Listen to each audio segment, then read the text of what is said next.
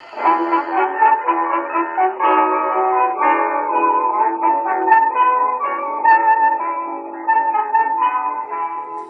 everyone, welcome once again to another episode of Off the Menu. I'm Vincent Franchini from Tumblr House, here with the soaked Charles Coulombe. Soaked. Yeah, because you soaked. You had a busy day today. You've been walking through the rain. I have. It's true. It has been a busy day. And I did get caught in a torrential downpour here in the heart of the old empire. And it was earlier, before I had to walk through it, there was thunder and lightning. Oh, my stars, was there thunder and lightning. I mean, it would be enough to make a romantic out of any classicist. It was one of those Sturm und Drang moments, the Schlegels. And of course, if Dr. Frankenstein had his castle queued up, believe me, the monster would be alive. It was that. I'm not kidding. It was amazing. I felt like jumping into the middle of the Café Vest and shrieking at the top of my lungs, "Give my creation life!" But I thought if I had, they would have looked at the strange American kind of curiously. Mm-hmm. But beyond that, I had a very busy day. In that today, and in real time, this is May 23rd, 2020, which is the centennial of the death of Field Marshal Boroević. Now, I know what you're thinking. Who was that, and why should I care? Yeah. Glad you asked that question.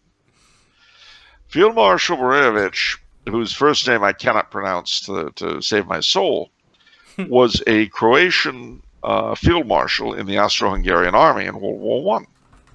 Now, I hate to say anything anti-Italian, as you know, and your cousin Giovanni, never anybody in the direct family, but your cousins have a way of getting a little, I don't want to say threatening on the air, but suffice to say that mentioning members of my extended family, and isn't it wonderful that they're at the schools they're at, that kind of thing, it's a little disturbing. Yeah. So, nevertheless, I'm saying what I have to say because the Italians pulled a fast one at the end of World War I, which was that the Austro-Hungarians and the Italians negotiated a ceasefire date. The Austrians put down their arms. The Italians said, it's actually tomorrow, and advanced and captured as many Austrians as they could. But Field Marshal Boroević, having an idea of what was going on, pulled his troops out and escaped the wreckage of the Italian front, and then pulled them to the town of Velden in Carinthia, Canton. Now, at this point, we're talking November of 1918, early November. He sent a telegram to the emperor at Schönbrunn and said that he would be very happy to march on Vienna to suppress any revolutionary activity there. However, he sent it to the commandant of the Vienna garrison. And not only did the commandant not give it to the emperor, he said that the emperor refused his offer of help.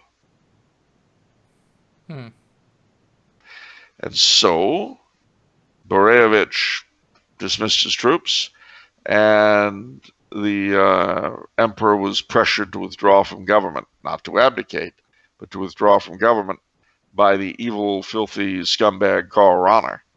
Not Karl Rahner, my God. Karl Renner. Yeah. Karl Rahner was just as annoying, but in a very different context. Yeah.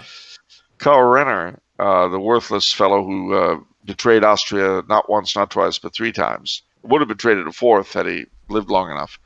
Karl Renner was the man who masterminded Blessed Emperor Karl's fall. Boroević was not welcome in his homeland, so he went to Vienna, and he died there in 1920, 100 years ago. He was an incredible man. He was loyal to the end when everything was falling apart. And I think he's a very worthwhile example, not only of what we should try to do in our own lives, both loyalty and duty, despite anything, but he also, in that sense, reflected his master, Blessed Emperor Karl, very well. So, today, as I say, is the 100th anniversary of his death, and the Croatian monarchists had planned to send a delegation to Vienna to mark the event and lay a wreath on the tomb and so on in the Vienna Zentrale Friedhof, the central cemetery, which will be familiar to people who watch The Third Man, because at the end of the movie, Ingmar Bergman goes walking down the main avenue in the cemetery, and Bill Holden follows her. But anyway, long and the short of it, though, was that while they had planned to do this, the pandemic hit. The gathering of all demics. Yeah, pandemic. All demics from everywhere were gathered into the pandemic. I'm going to milk that, you know. Why? Because I can. Why else? That's mean-spirited. No, it's sharing. How is sharing something harmful good? How is it harmful? See, you can't say it's harmful. I'm increasing people's linguistic knowledge. Okay, sure. All right. Now, as I was saying, before the scoffer interrupted, as I was saying, so what happened then was that the pandemic hit and the borders were sealed, which meant that the Croatians could not come to Vienna to mark their heroes' day. Well, what happened then? They contacted me and asked me if I could lay a wreath in their name on the grave of Field Marshal Boroević.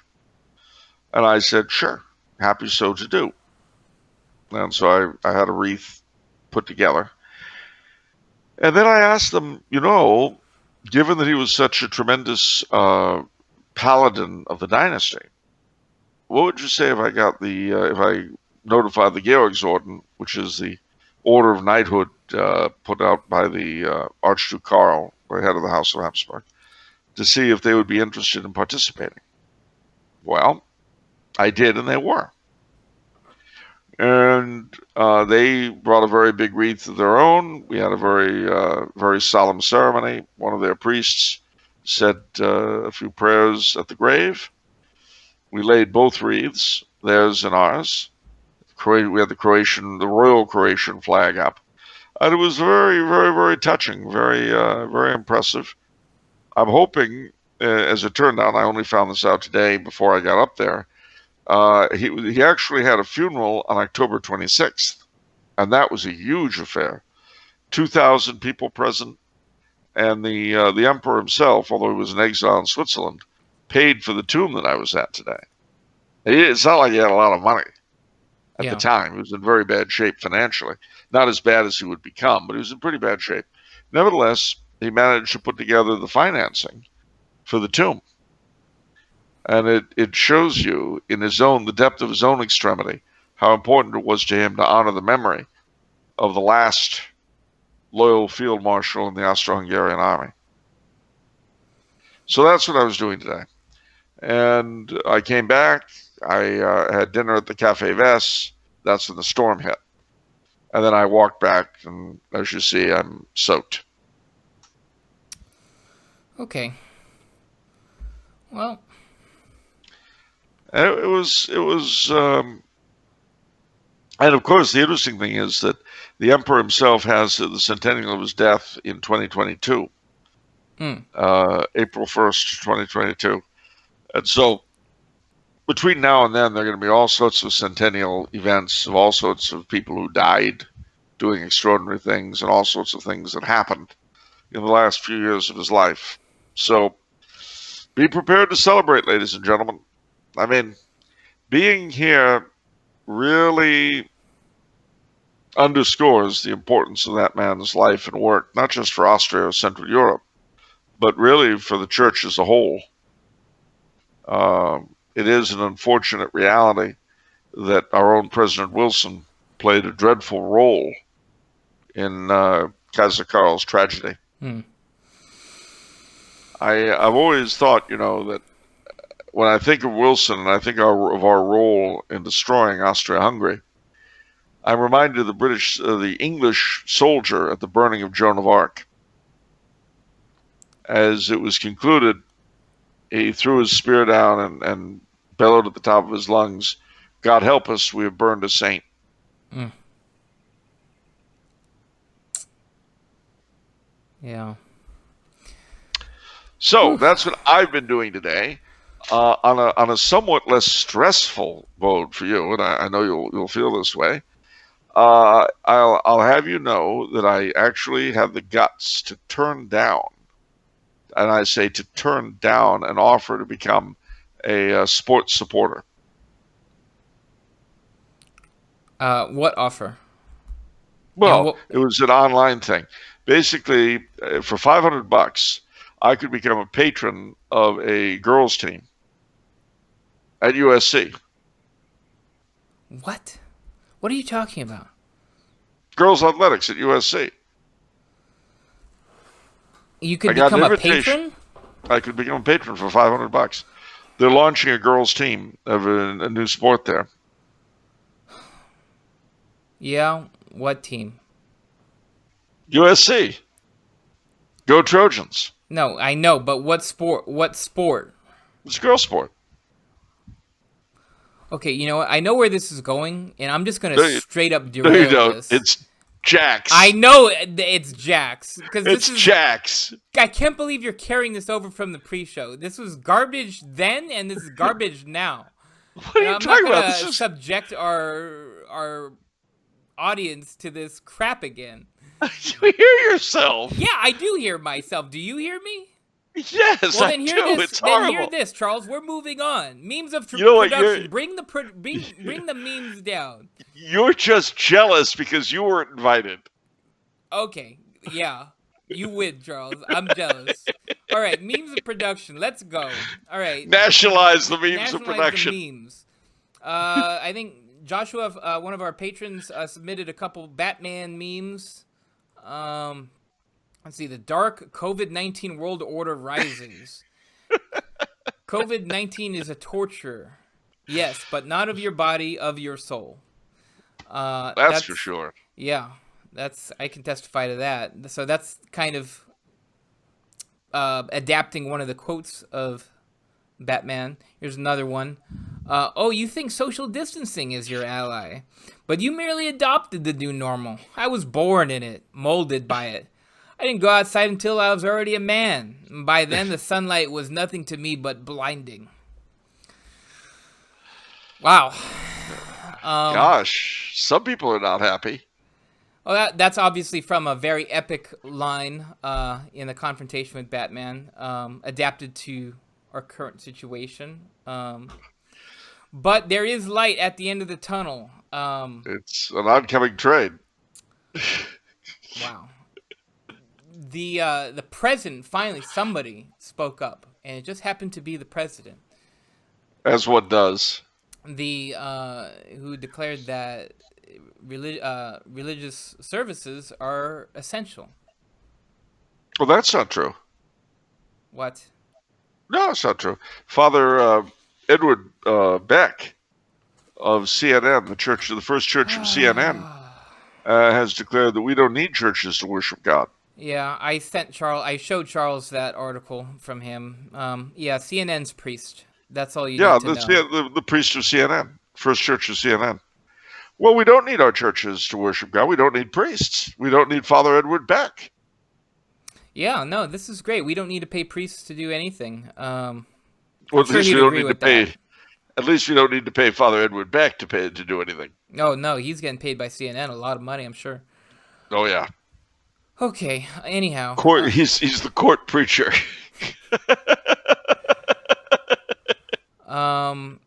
But no, it's funny that I would have been nice to hear this from the bishops that church is essential. Don't forget the best teaching Catholics in this country. The best and the most forthright statement of the church's teaching on birth control came from President Barack Obama. What? How's that? Yeah, it's true. Way back when he was fighting the church, he acknowledged that there was that there was tension between the church and the state on the matter of birth control, and he stated the church's teaching very clearly. More so than the vast majority of bishops have in my hearing, anyway. Well, okay, that's great, Charles. I'm glad. Well, Catholics have to hear Catholicism from somebody, and the nature abhors a vacuum. If the bishops aren't going to say anything about it, then somebody else will. Might be President Obama, might be President Trump. I'm inspired to switch things up since this transitions into the book really well. Just book of the week, I'm reading The Day Is Now Far Spent by Robert Cardinal Sarah. I just started reading it, and I tell you, I read God or Nothing, his other big book, and that was a fantastic book. And it was a breath of fresh air for me. And this, likewise, I'm just going to read just a couple things that to really whet your appetite as to what you can expect. This is in the his introduction. Cardinal Sarah writes, "In this book, I will not hesitate to use forceful language. With the help of the author... Oh, wait, no. Okay. Forgive me if some of my words shock you. I do not want to put you to sleep with soothing lying talk. I seek neither success nor popularity.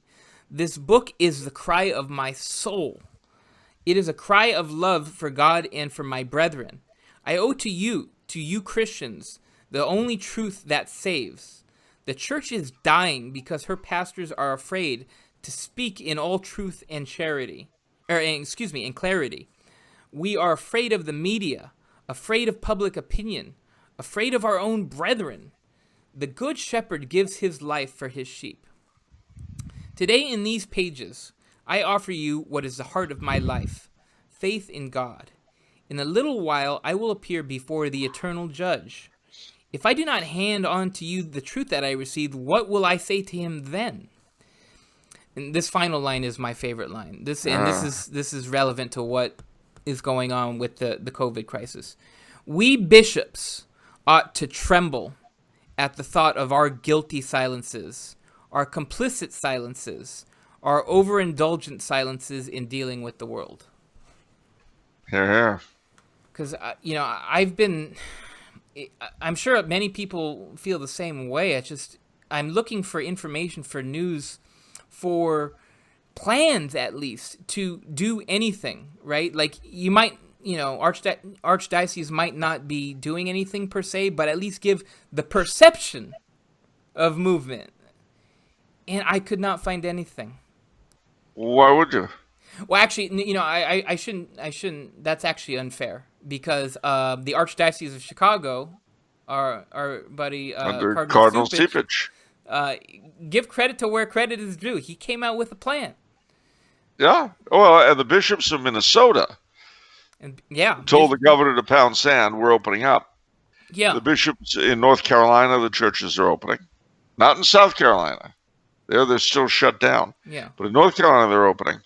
But you see, what people realize is the difference between what government has characterized as essential services and non-essential. Yeah. And a lot of our prelates have gone along with that.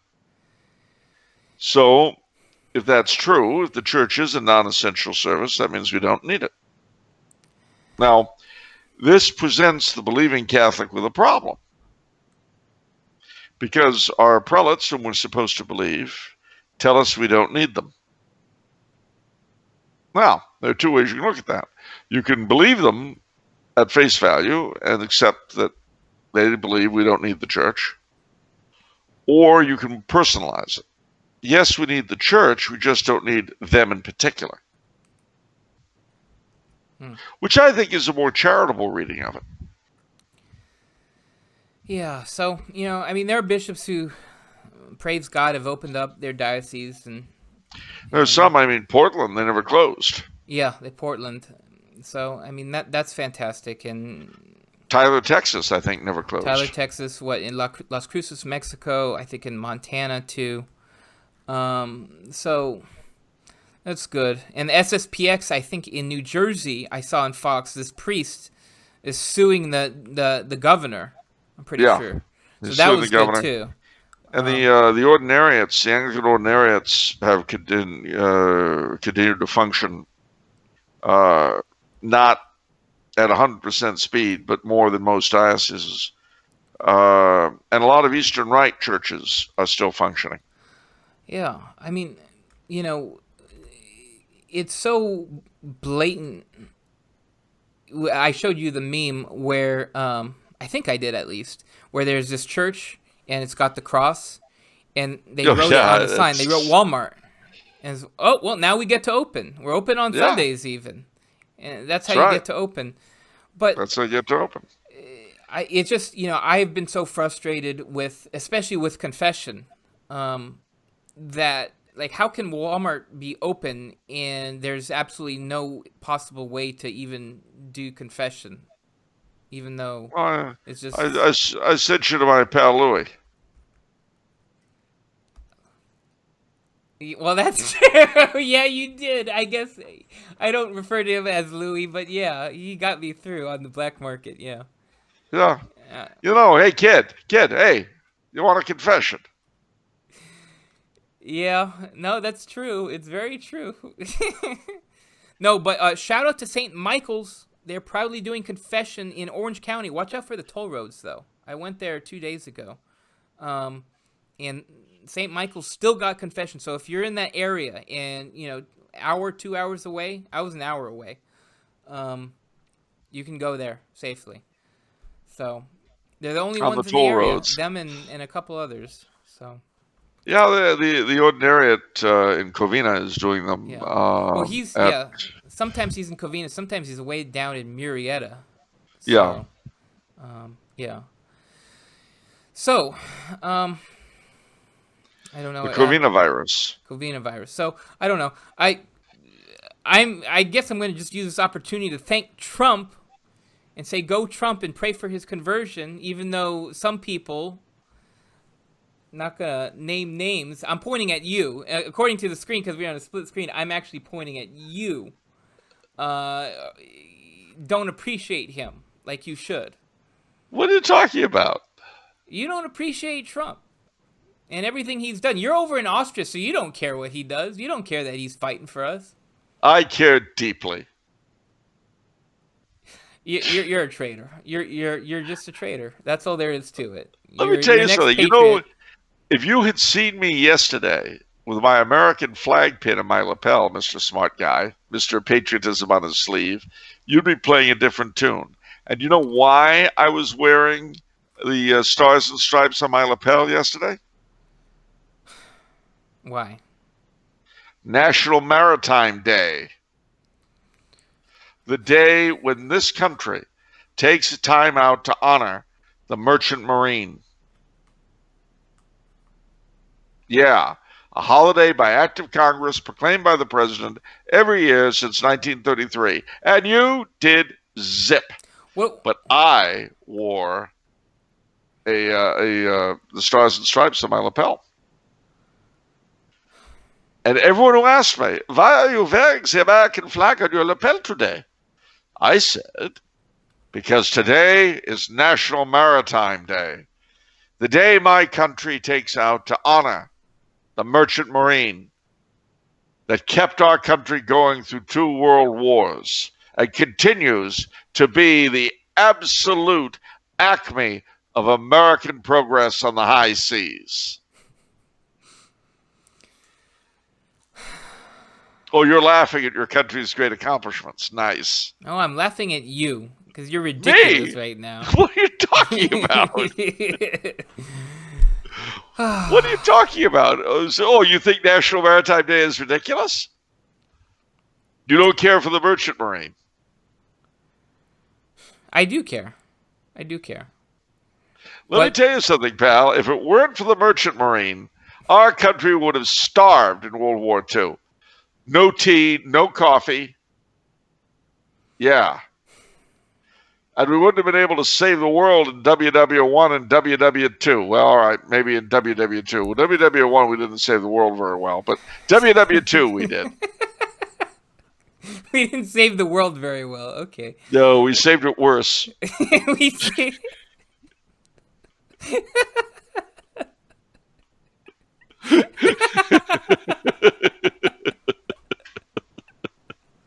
Okay. But Wow. World War II is different. We did a good job of world We did a saving good then. job. Okay. Well, sort of. I mean, not for Eastern Europe, but we did for Western Europe. Yalta was kind of a not a good idea. Okay. But and we lost China, but that wasn't. Anyhow, do you remember the Merchant Marine? Okay, we'll remember. You know, we actually have a couple more memes here. I forgot these couple memes. Let's see what we got. Oh, here we go. This is a fun one. I like this one. I love this type of meme. So we've got Scooby-Doo, right? We've got and they're about to unmask the villain. And the villain says, "I don't believe in God anymore." So let's see who the villain really is. Let's see who's really underneath this. Oh, wait. What do we got? I just moved in with my girlfriend. There we go. That's the villain. We've got him. We got him. Scooby-Dooby-Doo, where are you? You're ready and you're willing. This is so true. I just love this. I love the unmasking because it is an unmasking right here. Like you're actually, It's often very true. I was reminded this evening, actually, of something that occurred years ago. You know, the phrase for moving in with your girlfriend, ladies and gentlemen, that we used when I was young, I really particularly enjoy because it's vulgar without being lewd. Shacking up? Shacking up. Yeah. You know, they say that shacking up's not hard to do. Well, anyway, so I was reminded when my pal Axel, whom you know, when he and his wife were recently married, they were living in the apartment that he had inhabited as a single man. And they wanted to move out of there and get a bigger place because she was already ready for a kid and so forth. So their landlord, who's a German fellow, nice guy named Dirk, he wanted them out because he wanted to move his girlfriend in and play house. So the four of us are sitting there. We're getting running low on food and booze. Axel and Christian go off, and they leave Dirk and me together. So Dirk asks me, Charles, how do you say this in English when you and your girlfriend will be, wollen zusammen, when you're living together? And I said, auf Englisch wir sagen, shacked up. And I helped him with the pronunciation, shacked up, shacked up. You know, got him to repeat it. So when Axel and Christian came back, Dirk, grinning from ear to ear, goes, Greta and me, we shall be shacked up. And, you know, they looked at me like I'd done something awful. I don't know what. You did. What? I taught him an English phrase. I was building bridges. He didn't know the connotation. What connotation? It's derogatory. What's derogatory about shacking up? It's cheap.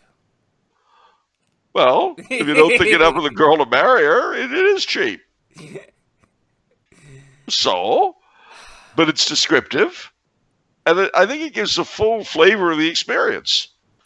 You know, the kind of sordid, shacking up. What did Axel I like that. What's that? What did Axel do?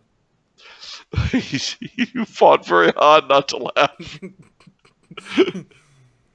But he looked at me. Well, see, that was the funny thing. He was trying hard not to laugh, and at the same time, he was attempting to look daggers at me. But it was hard because he was trying not to laugh. It was the same with Christian. It was very difficult for them both. I enjoyed their reactions. And Dirk was just smiling away. He was happy as a clam that he'd learned a new English phrase. And I was glad to have helped. Okay. Well, we built bridges of understanding that day. Gosh. Okay, Charles. Just say so. Okay, no, I'm agreeing with you. All right. All right, next meme. Last meme. Let's see what we got. I forgot what we got. Oh, here we go. Yeah, of course. This big old fat book. My knowledge of the Catholic faith.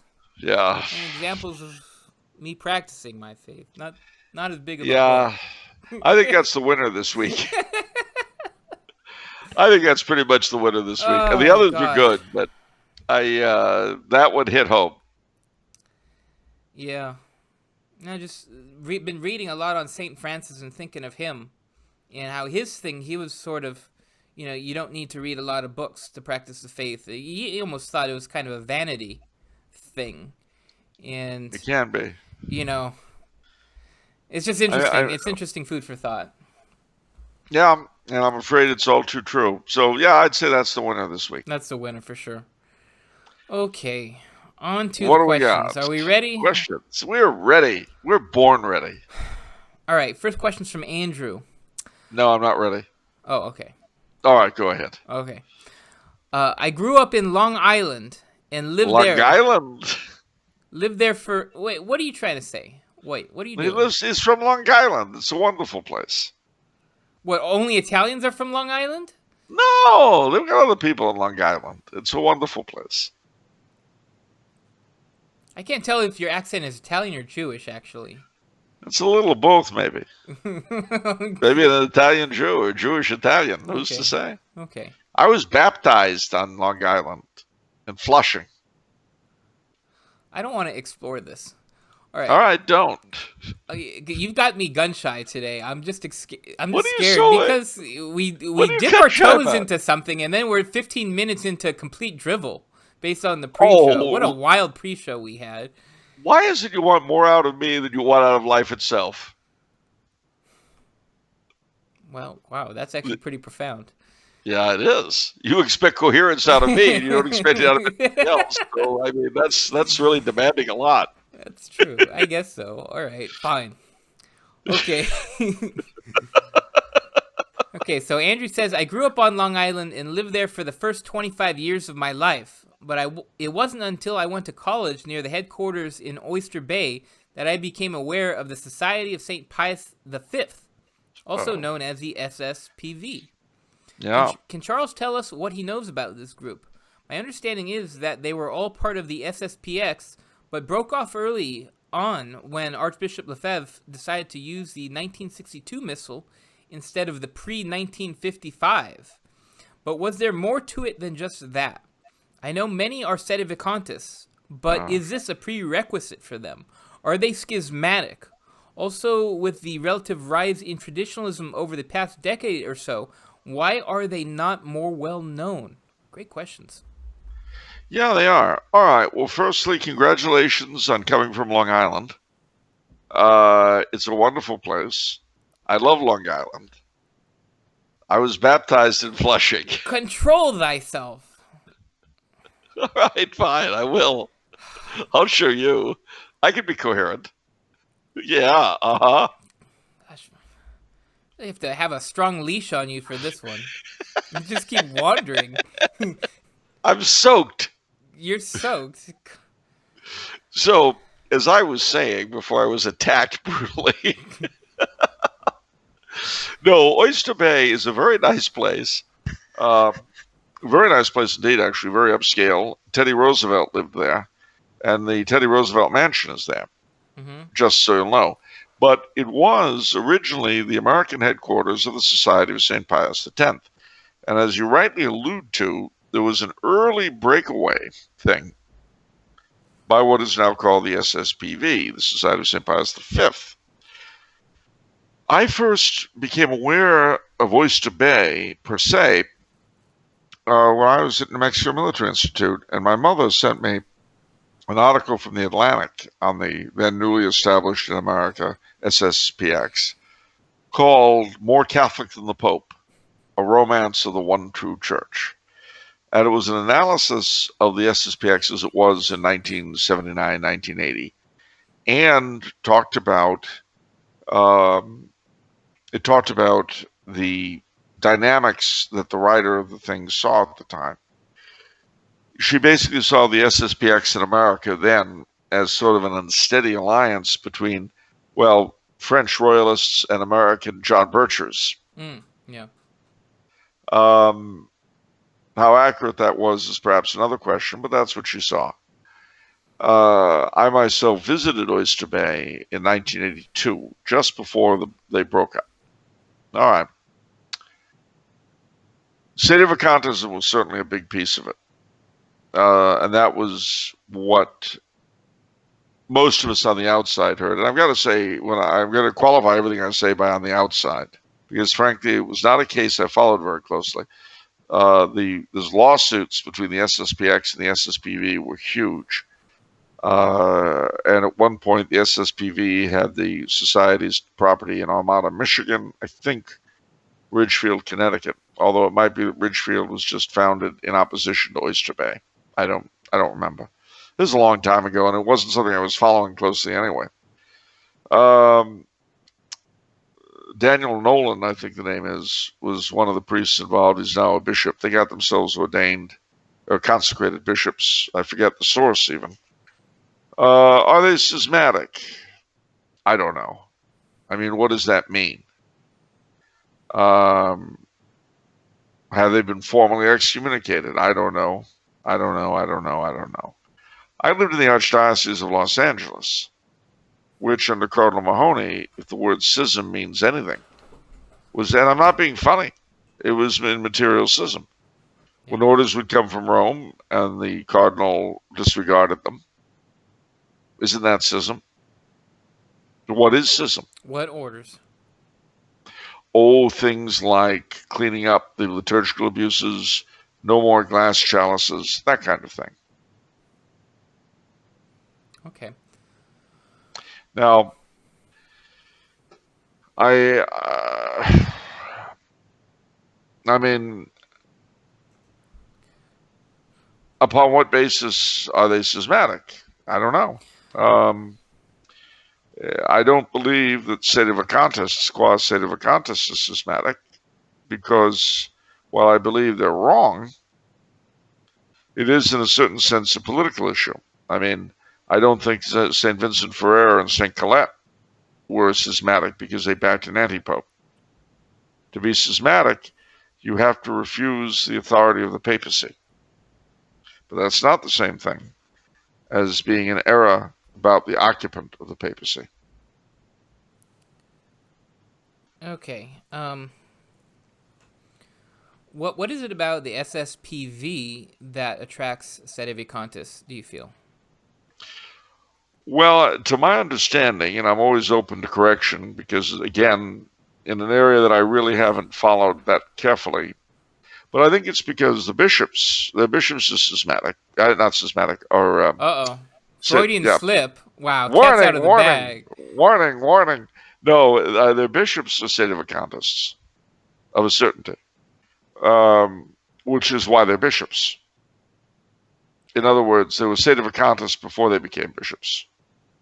And they felt that in order to continue the true church as they saw it, they needed to be made bishops. Now, I don't know. So were they excommunicated? This is what I can't tell you for the simple reason that, I repeat, I don't know. Oh. Okay.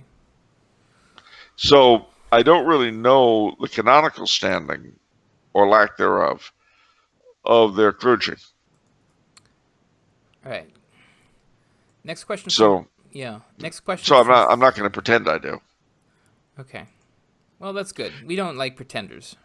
Well, and I'm not. I above all, I'm not going to arrogate to myself the right to say these and such are schismatic, especially so long as Roger Cardinal Mahoney is in good standing. All right. Next question from Theo. Theo. You often deride the social elite and our rulers as morons. I'm not saying that's a bad thing. And I take issue with his saying I'm deriding them. I'm celebrating their self-appointed status. Okay, you often deride the social elite and our rulers as morons for driving Western civilization ever closer to final collapse. What if they are not so much stupid, as you claim, but actively malevolent? What if they are actually trying to destroy what remains of the Christian social order? What are your thoughts on members of the elite being active Satanists? Dr. Plinio said that, quote, the revolution was too consistent and continuous across the 1,000 vicissitudes of centuries to be plausible without the action of successive generations of extraordinary, intelligent, and powerful conspirators. End quote. Recent evidence from events such as the WikiLeaks expose and the Epstein affair certainly suggest elite contact with the occult. What are your thoughts? Well, first is presuming I have any, but we'll take them as read. Number one, I would certainly not want to imply that the stupid can't be malevolent as well. But the fact is, I mean, on a certain very important level, Satan is stupid. He's not cunning. I mean, he is cunning rather, but he's stupid. Why is he stupid? He's willfully stupid. He refuses to allow himself to see that he cannot win. And that is glaring stupidity. Believing themselves wise, they became fools. That's in the book of Romans, the Epistle of the Romans. I do not deny either that there's a possibility that a certain number of the topmost people are directly involved in the worship of Satan. It's quite possible. However, it's also not necessary for people to be guided by demons without realizing it. I mean, you know, it once you turn your back on truth, you take whatever guide you will get. And I can't be doctrinaire in these matters for the simple reason that I don't know. I don't know the top elites. I'm probably just as well not to, but, you know, one does have to have some social standards.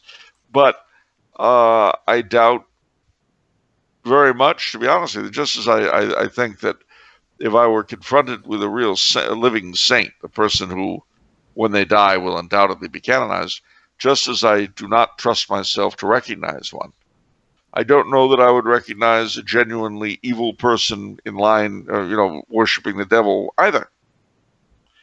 I've met a few Satanists, so-called, self-proclaimed, and they all struck me very much as self-dramatists. So I don't know that it's necessarily that open, but I also don't know that it isn't. It is quite possible that way off at the apex of everything is a bound, determined body of Satanists. Certainly, I wouldn't disregard our medieval ancestors' experience of witchcraft. The idea of people surrendering their souls to Satan in return for occult power is something that transcends time and place in the history of the world. Even today, whether or not mistakenly, who knows, but even pagan populations in Africa and China and so forth will persecute people that they consider witches. That's why the great things our Wiccan friends will say about how Christianity invented Satanism and witchcraft. It's not true.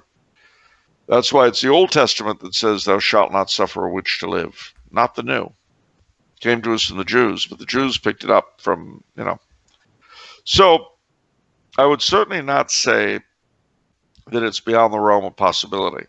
What I would say is that it's not absolutely necessary to produce the effects we see. I stand by what I say about most of our masters being very stupid.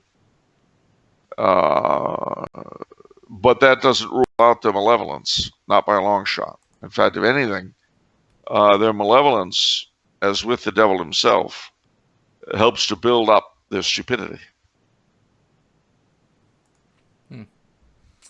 Next question is from Youssef. Okay. How did arranged marriages happen in traditional Catholic Europe? They were arranged. Well, was there a matchmaker industry like the Jews and Hindus use, or was it just between families? Well, it was a combination of both. In some places, they did have matchmakers. The Irish had them. And, of course, the Irish, the people of the Funny Island west of Britain. The Irish. Yeah. Yeah. No, but tell me about the matchmaker industry. What is that all about? Well, amongst the Jews, the Hindus, it's exactly what it sounds like. You'll have a gentleman who is contracted by various parents as a matchmaker. So he's like a dating service in a sense, only they're looking for marriage partners. So he has a box full of girls and a box full of boys. And, photograph, income, expectations, dowry, everything. Photograph? Yeah, a picture. Back in the day? Really?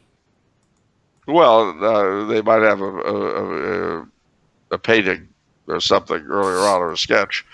But ever since photographs came into use in the late 19th century, the matchmakers have used photographs. Oh, okay. Okay. And so basically, you hire me. I'm a matchmaker Coulombe, and I sit down with you. You've got your son, Bobo, who you're keen on getting married off to a decent girl, or vice versa. You've got your daughter Sadie, and you want to marry her off.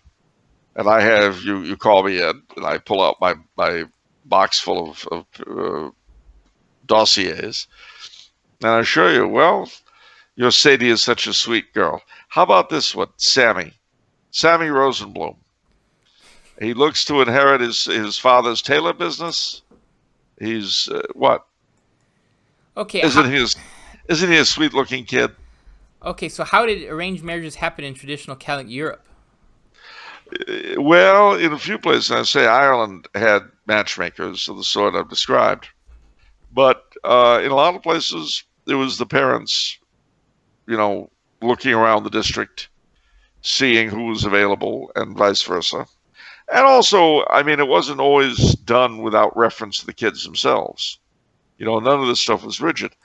There was an old joke that, one of the reasons why anybody who could throw big parties at weddings and wakes and so forth was precisely so that the marriageable young people of a district could get brought together. Mm. And but this is what the whole going to speak to the father comes from. A friend of mine who wanted to be very, very trad, just recently, a young friend of mine asked me what was the traditional manner of proposing. Should he talk to the woman first or to her father? And you spoke to the father first. Yeah. And if you got his permission, you went ahead and dealt with the daughter.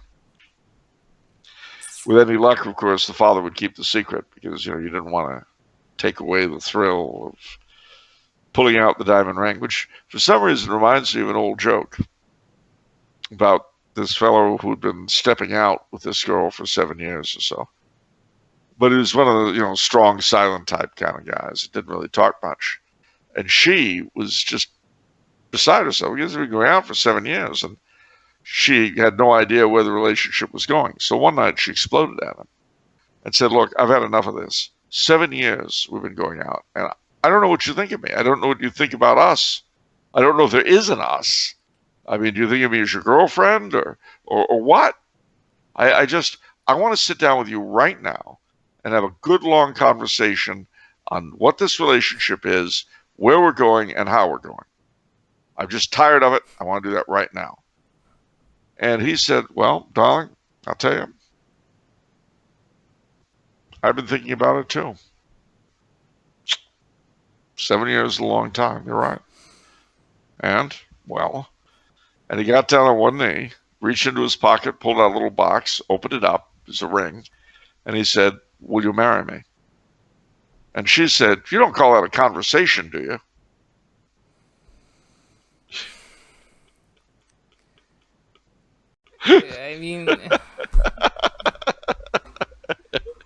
She wanted a conversation. Yeah. Instead, all she got was a lousy engagement ring.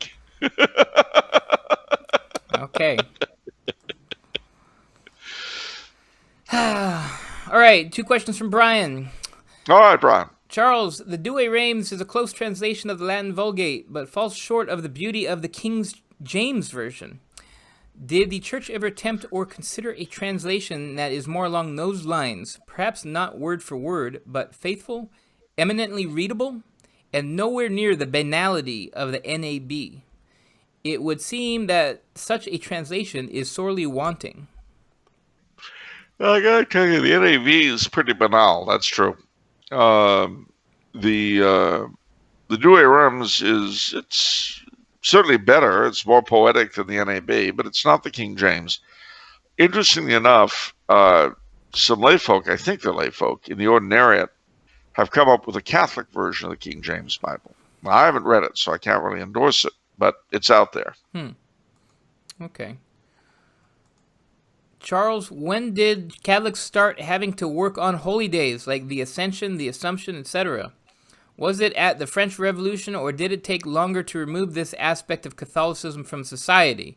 Was it ever present in America, or was the Protestant culture too dominant? Instead of observing secular holidays like Memorial Day and Martin Luther King Day, if we truly had religious liberty, not that that is a good thing, ought not Catholics be able to choose their own holidays they get off? Well, you've certainly covered a lot of territory there. Okay, well, for starters, it was actually the Reformation that began pressure on holy days, and the reason for that is that in Protestant countries, a lot of the holy days of obligation were knocked off the calendar. People made to work. This, of course, stimulated their economies and made them, more difficult to compete with for Catholic countries. So I think it was in 1635, Urban VIII published a bull that, get ready for it, reduced the number of holy days to 35. Reduced to 35? Yeah. So there were more than 35, There were plus 35. Sundays. Wait a minute. Wait 1 second. There were 35 days off, Yeah. not including the weekend. No, not including Sunday.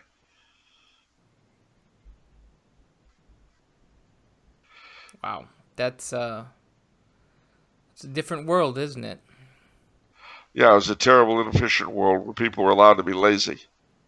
We have shown the way. But Wow. that was the beginning. The French Revolution, as you correctly pointed out, didn't help. And then down through the 19th century, the number were knocked fewer and fewer, down to, I think, 12 or less.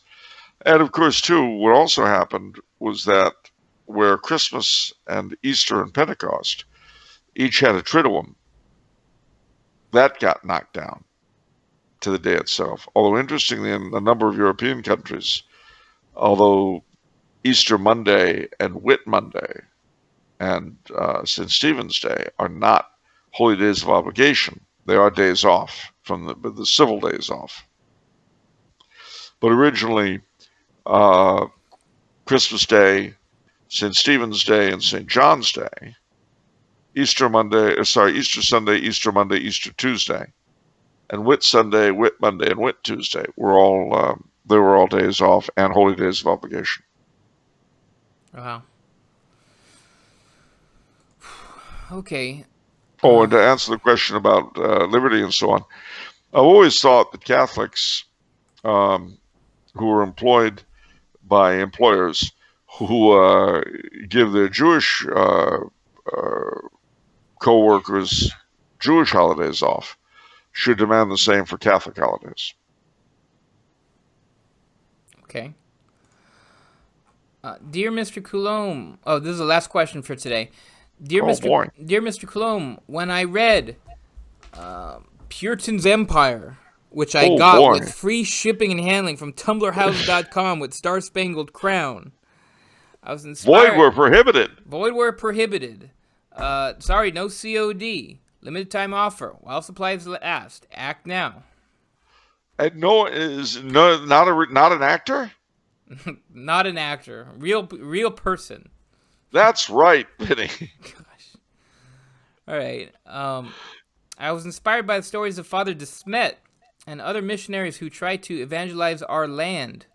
I want to know if there were any first-hand accounts that exist in print from any of these missionaries that one ought to read, as well as if there are significant sites related to their work that you'd recommend visiting. Well, yes, there are quite a few actually on both counts. I can't, like a deer caught in the headlights, I can't think of too many at the moment, but there are. I mean, look up Father de Smet. I think Tan has one on him because I remember it's got his Yes, portrait. I remember it very picture. He's does. got kind of long hair and he Yeah, looks kind of unusual. and also there was an Oblate of Mary Immaculate, Father Lacombe, OMI, Okay. who published his work, his adventures among the Indians. In terms of places to visit, there are several. In Idaho, the oldest building in all the state of Idaho is way up in the northern panhandle, the Cataldo Mission. And then in Montana, there's the Church of, I think, St. Ignatius. And then on the Flathead Indian Reservation, there's St. Mary's, or maybe it's vice versa. St. Mary's is in Missoula and St. Ignatius is on the reservation. Both incredibly beautiful churches. I found The Life of Father de Smet by Father E. Lavale, who's a Jesuit, published by Tan Books. I know it because we carry it at TumblrHouse.com. Now, what if they were to buy that and Bishop Cardinal Sarah's book? Oh, they definitely get free shipping. That's all orders over $25 get free shipping and handling. Residents of the United States only. Free shipping and handling, Vinny? Free shipping, Charles. Can you believe that? That's amazing. Is it void where prohibited? Void were prohibited. How about CODs? No CODs, Charles. I'm sorry. All right, no CODs. Forget the CODs. Ixnay on the ODCs. Hey. Anyway, so those are very beautiful churches. Go see them if you get the chance. Oh, and also, Father de Smet evangelized what is now the northwestern quarter of the United States, starting out from a little town near St. Louis called Florissant, Missouri. And there is the old St. Ferdinand Shrine, which was a church. The church gave it up, sold it. The Friends of St. Ferdinand Shrine have it. That was Father de Smet's headquarters, so go see it. You'll also see nearby in St. Charles, Missouri, is the shrine of St. Rose Philippine Duchesne, his great collaboratrix. It's hard for us to realize this now, but St. Louis really was the gateway to the West in those days. Yeah, the Apostle of the Rocky Mountains, it says. Yeah, that's right. Yeah. That's right. And there were a lot of them. The founder of the Cataldo Mission was the Father, I think, Ravalli, who's Italian. Mm. And what I remember about him, other than his building Cataldo Mission, was he was asked if he had ever thought of going back to Italy. And he broke into tears and he said he always thought of it. But if he did, the sacrifice would not be complete. Hmm. And then, of course, Bishop Baraga went into Michigan. And you can go to the St. Ignace Shrine up there in St. Ignace, Michigan. There were there are an awful lot of Catholic missionaries. Almost every reservation, Indian reservation that has a Catholic church, has a story to tell. Yeah. Okay, that'll do it for this episode. I know it's on the shorter side, but if you want more content, Patron pre-shows right there for you for as low as $1 a month. Another Patron pre-show, 50 minutes long. I tried to structure it so it's shorter content for today because I think Charles in general is getting worn out with these long episodes, but still really long Patron pre-show. So if you want double the content for $1 a month, sign up It's to become true. a patron. And you will find out, if you get the Patron pre-show, you will find out about the development of one of the most exciting new women's sports in college. You know, What? We're trying to sell the pre-show, Charles, not deter people from the pre-show with your What? fetish for jacks. I've never even played jacks. So then why are you talking about it so I much? haven't played any women's sports. Well, why you keep talking about it? Well, because you brought it up. I didn't bring it. That's actually a lie. Okay, you brought it up. You brought up Lori Laughlin's persecution. Yeah, and that had nothing to do with jacks.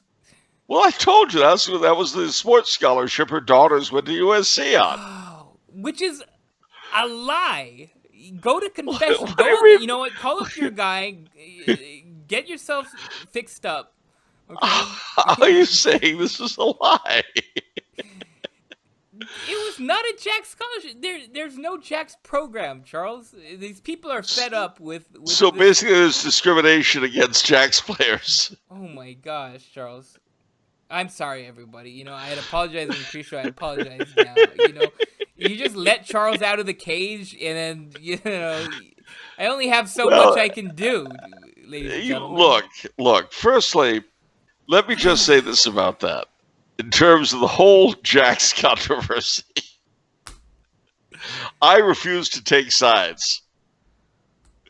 All right? Thank goodness. Okay, let's leave it at that. Yeah, let's... One of the things I swear I would love to do, the next time we have a big scandal in Los Angeles, in Hollywood, over whatever, it doesn't matter who or what, whether it's this thing with Lori Loughlin or whatever you like, what I would love to do is hold a press conference and say, ladies and gentlemen of the press, I understand this is presuming that I actually don't know any of these people. Ladies and gentlemen of the press, I want to make this clear. I am not involved in the current scandal. I don't know any of the people involved. I want the rumors and the whispering to stop. And I ask you, the members of the press, to join me in this. Again, I don't know anything about it. I am not connected to it. I do not know the people involved, and I resent the implication. I mean, I think that would send our stock sky high through the roof. It's a brilliant PR move, which lends me to this question. So we've talked about Donald Sterling and his self-publicity. I'll say. So are you drawing upon historical examples in LA who have actually done these sorts of things? Actually, I don't think so. Okay. I mean, I do think the thing is that I have noticed the way that people in Los Angeles tend to inject themselves into things. Yeah. Like if you ever go to a wake for some famous actor or actress and you hear the eulogies, they're all about, say Sophie Tucker died. Well, the eulogies tend to be less about Sophie Tucker than Sophie Tucker and me. Yeah. Or more likely me and Sophie Tucker. Yeah.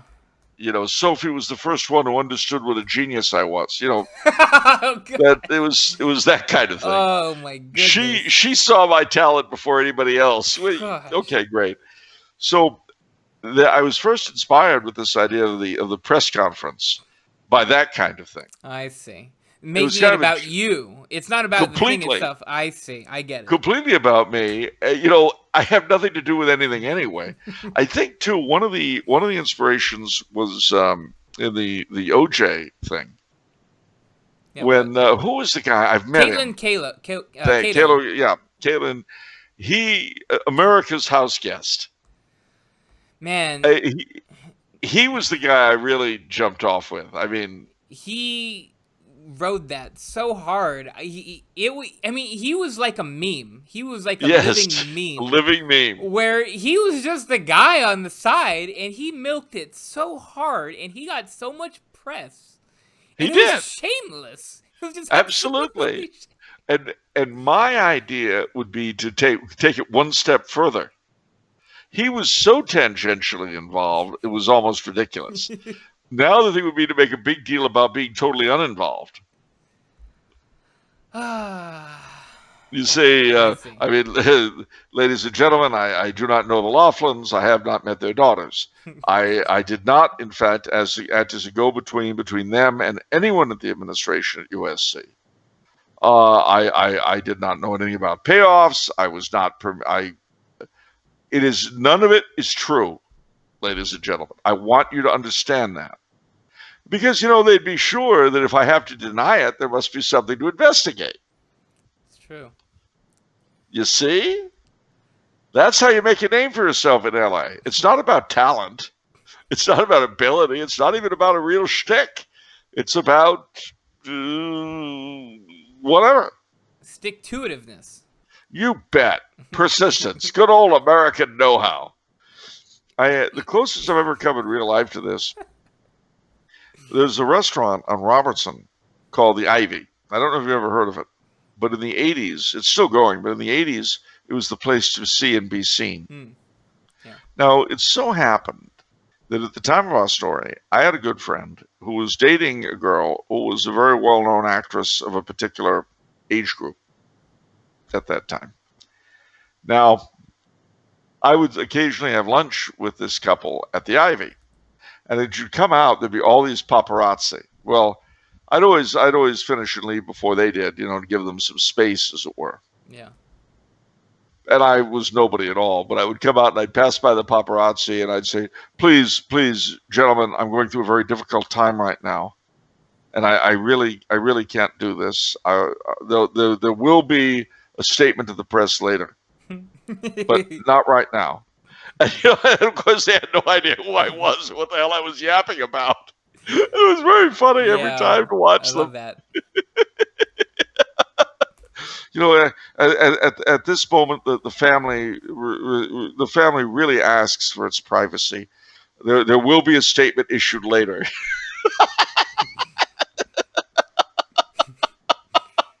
Were they angry or were they laughing? Like, what was their reaction? Like, who the hell are you?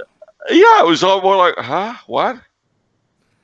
And, and some of them, I'd see the same ones, week after week, month after month.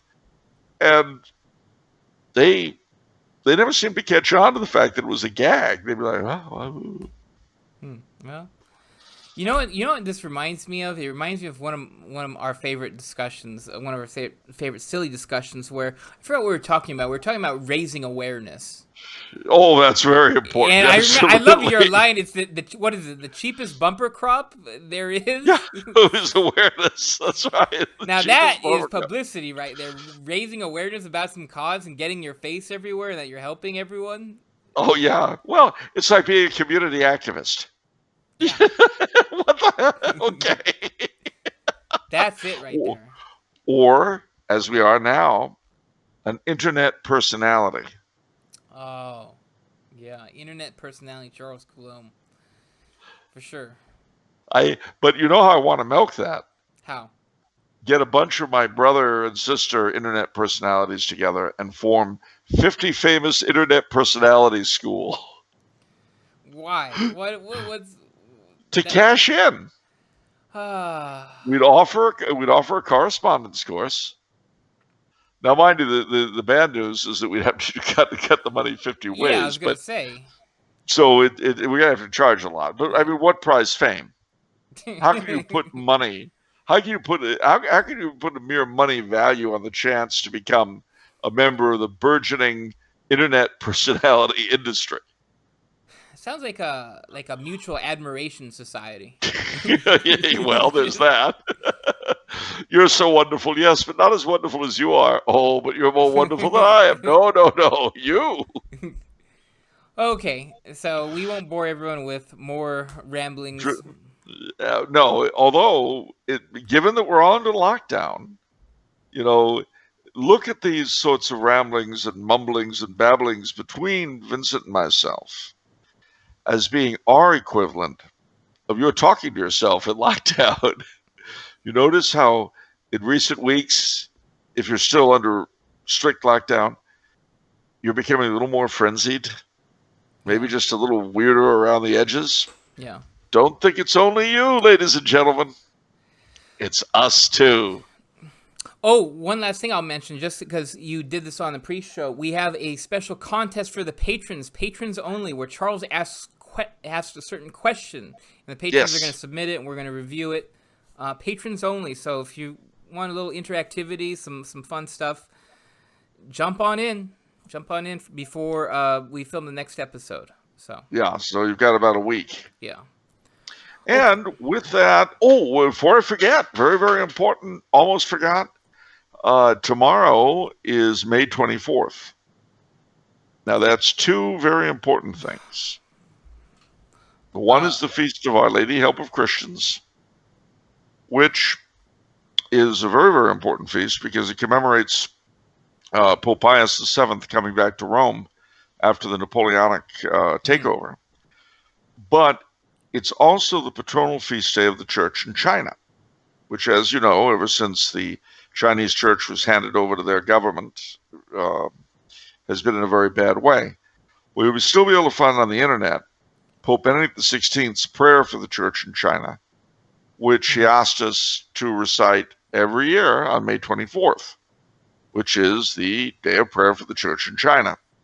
So I would urge you all, if you see this, well, you won't see this tomorrow because you'll see it on the 25th. Oh, patrons will. Oh, the patrons. All right. Well, then, patrons, you look up Benedict XVI, prayer for the church in China, and be sure to recite it tomorrow. Okay. The other thing about tomorrow, May 24th, Queen Victoria's birthday, which was celebrated as Empire Day. Now, as time went on, as you know, the empire turned into the Commonwealth, and Commonwealth Day was moved to another day to avoid the colonialist implications. But I propose here and now that Empire Day be repurposed in the way this is particularly, incidentally, ladies and gentlemen, for our friends in the Commonwealth, in Britain, like Theo. In Britain, Canada, Australia, and New Zealand. In the wake of Brexit, and actually before Brexit, a movement arose called CANZUK, which stands for Canada, Australia, New Zealand, and the UK, and the idea of free trade and free movement of people between those four countries, which share a common queen, common traditions, and everything else. Why am I bringing this up? I'm bringing it up because I think Empire Day would be a wonderful day for those who are interested to celebrate the idea of CANZUK. Canada, Australia, New Zealand, the UK. So if you're into CANZUK, remember, tomorrow is Empire Day. Okay, that'll do it for this episode. So remember, if it's Monday, it's off the menu. And the soul you save may be your own. See you next time. Take care, ladies and gents.